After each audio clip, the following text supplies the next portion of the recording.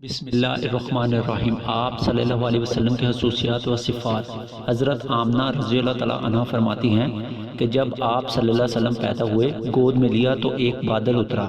بادل نے آپ کو ڈھانپا اور غائب کر دیا، اور میں نے آواز سنی غور سے، اس بچے کو مشرق میں پھراؤ، مغرب میں، شمال اور جنوب میں پھراؤ، تاکہ ساری کائنات اس کے نام کو، صفات کو جان لے کہ کون ہے۔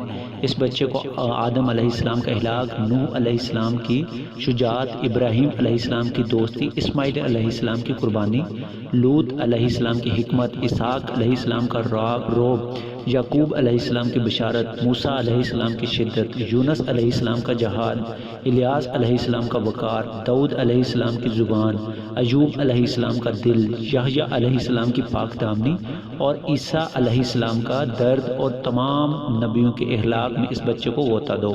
1,24,000 نبیوں کی صفات کے ساتھ خاتم النبوت کی صفت لے کر آئے آپ صلی اللہ علیہ وسلم۔